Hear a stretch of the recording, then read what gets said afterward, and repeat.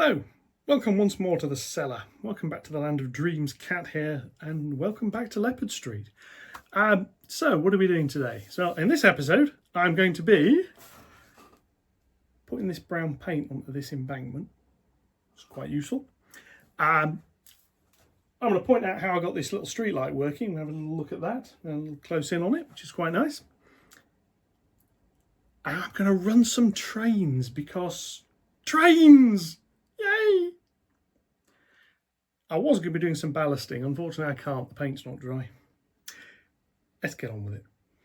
Yeah.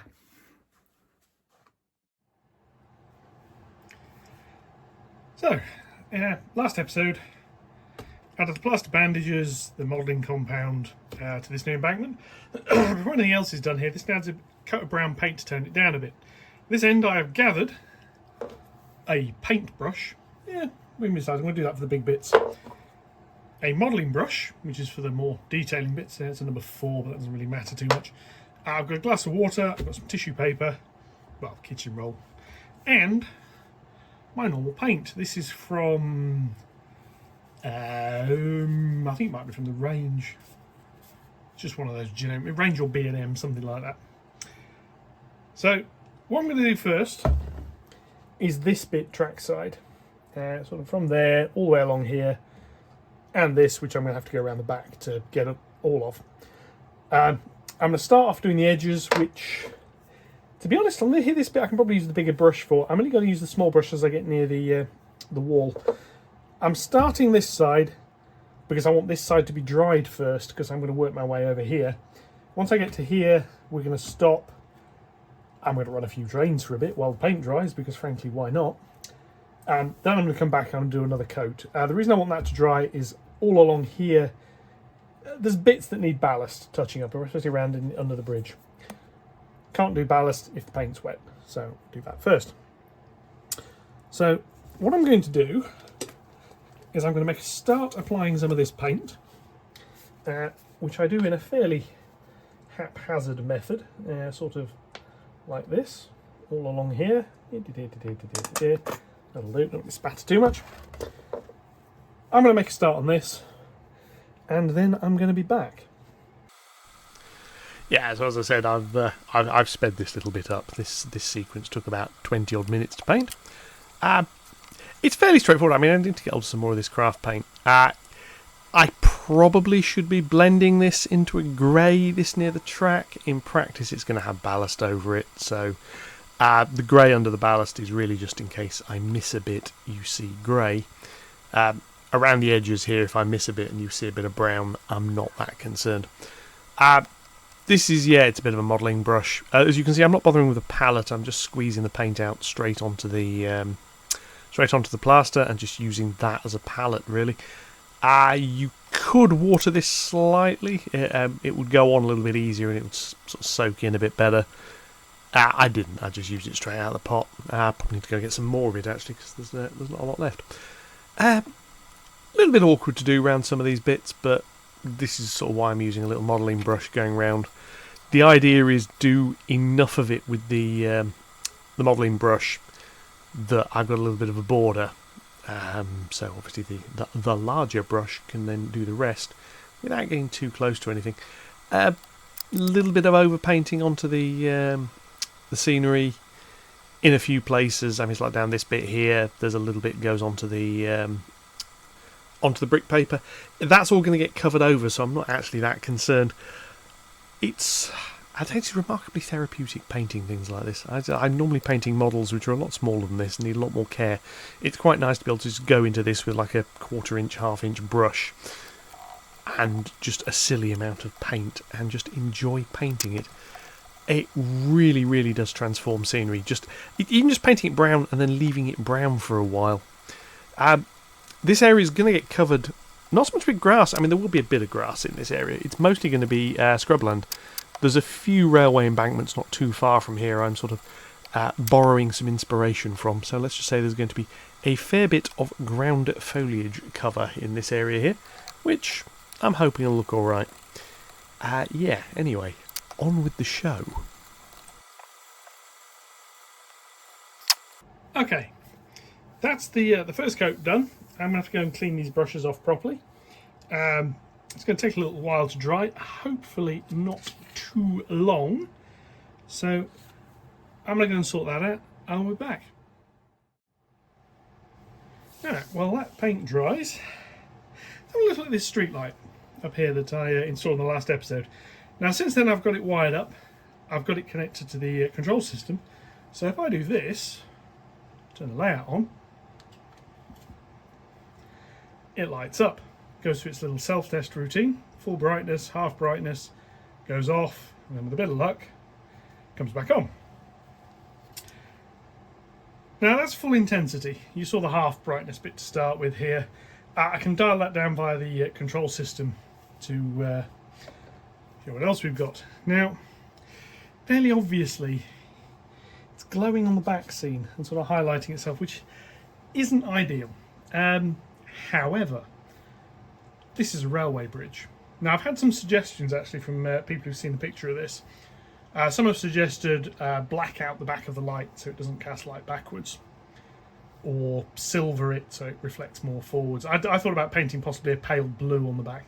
I might have a look at that. I might try that with a bit of tape. A little bit awkward to do. In the meantime, however, I'm thinking, that's a railway bridge. Trains, smoke. Maybe that light is reflecting on the smoke behind it. Yeah. Anyway, this took about an hour to set up. So if we dive under the board, let me turn things off. If we dive under the board, have a little look at how it's wired in. Okay, here we are under Leopard Street board E. Those two fine wires, the black and the orange one, let's see if we can get that to focus.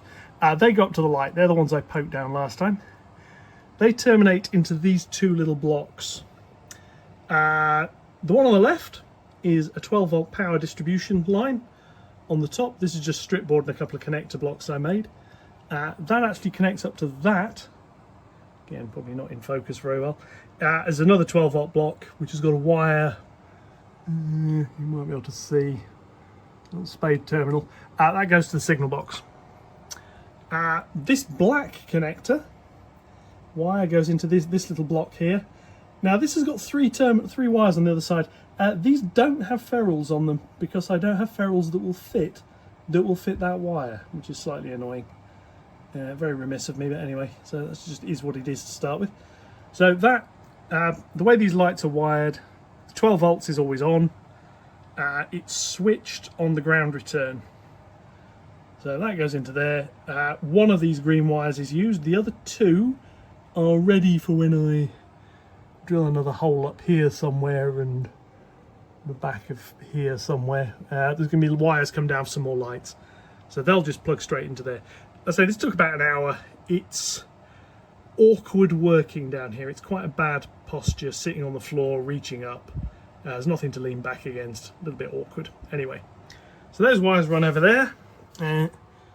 They come out that side. And then they plug into that little board there where they terminate. That is the TLC 5947 lighting controller. Currently using 7 of its 24 channels. So I can run a fair few more lights down here. But yeah, that's what we got on with down here. And this is a connector between boards, which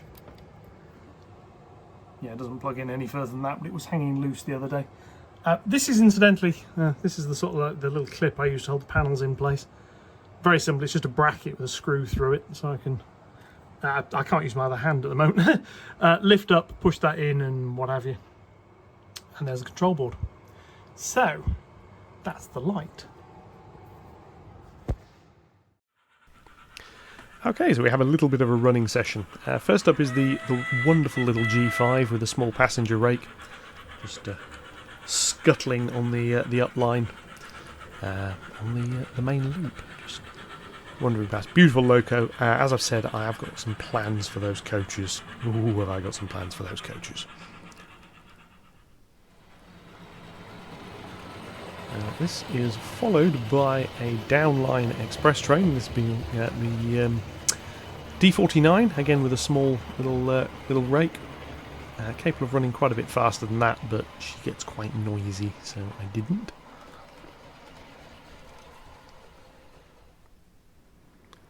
And perhaps needless to say, this is slightly edited footage. I've cut out the blank bits where I'm shuffling trains around in the background, getting them ready. The next one here, we have the Q6 coming up and being held sort of at the signal. Yeah, a little bit of a jump there. You see, spot the cut. This nicely allowing the Flying Scotsman to rumble past over the junction. As the express passenger obviously takes priority over the slower goods. So he rumbles off into the distance, and then the Q6 will move again, although hopefully not in quite much of a jump. The signals aren't yet operational in this area, and I didn't fancy wandering around as a hand of God movement on them, which is why I've left them as they are. They will be operational. It's on a very, very long list of things to do. There she rumbles past the signal box into the offstage area with the mixed open wagon rake.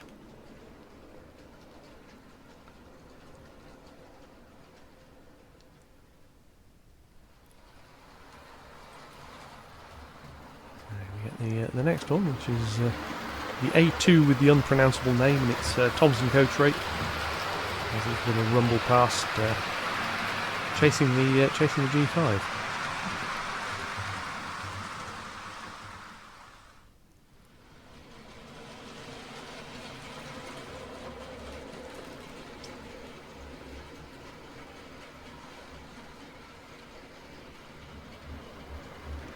It's obviously followed, although not too closely, by the rather nice little K3 with the van rake, which, against all expectations today, was actually behaving itself, which I'm quite pleased with. Fully weathered, the rake at least, I think it looks quite nice. Point squeaking in the background there, one of the boards reset itself, which didn't derail anything this time, which I'm quite pleased with.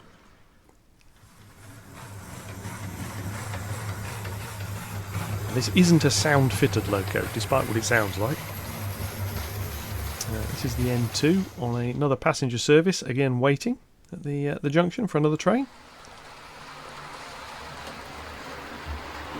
This is the Chamoisière again. Is going off on the incline track to where the station will eventually be. Before the N2 sits, waits briefly, is then released, and off she goes.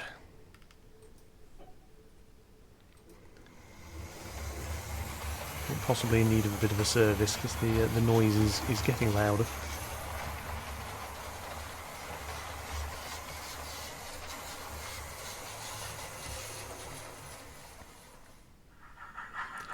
And to finish off, we have the J26 with her empty open wagon rake. She's playing the whistle rather nicely. I do need to get some more sound-fitted locos. Some of them look a bit easier to fit than others, but I may have to.